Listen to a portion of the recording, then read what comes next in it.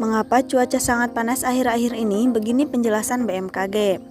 Dilansir dari Detik Edu, berdasarkan data hasil pengamatan Badan Meteorologi, Klimatologi, dan Geofisika atau BMKG, suhu maksimum di sejumlah wilayah Indonesia terukur berkisar antara 33 sampai 36,1 derajat Celcius selama periode tanggal 1 hingga 7 Mei 2022.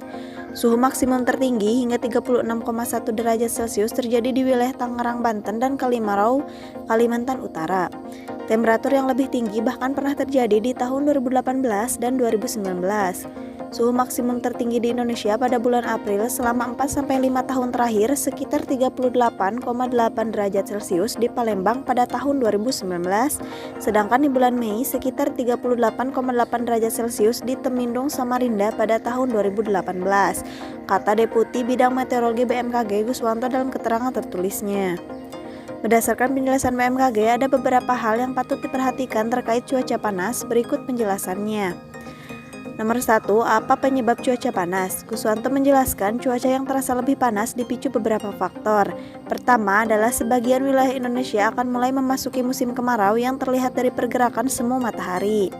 Saat ini matahari berada di wilayah utara ekuator dengan tingkat hujan dan perkembangan awan yang sangat minim.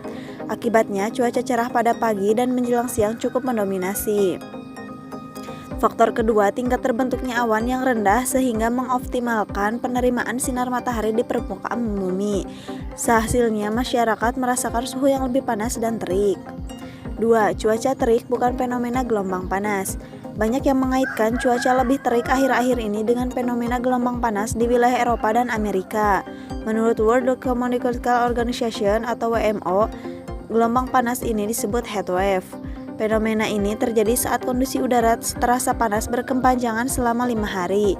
Heatwave juga dianggap terjadi pada suhu maksimum harian lebih tinggi dari suhu maksimum rata-rata hingga 5 derajat Celcius atau lebih berturut-turut.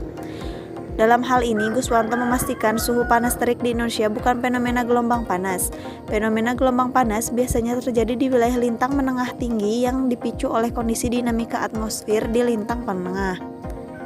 Sedangkan yang terjadi di wilayah Indonesia adalah fenomena kondisi suhu panas atau terik dalam skala variabilitas harian, tegasnya.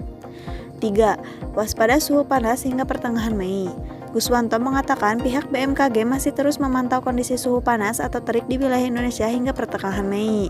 Hal ini untuk mengantisipasi peluang suhu panas berturut-turut. Kewaspadaan kondisi suhu panas atau terik pada siang hari masih harus diwaspadai hingga pertengahan Mei, ucapnya. BMKG juga mengimbau kepada masyarakat untuk selalu menjaga kondisi stamina tubuh dan kecukupan cairan, terutama bagi warga yang beraktivitas di luar ruangan pada siang hari saat cuaca panas.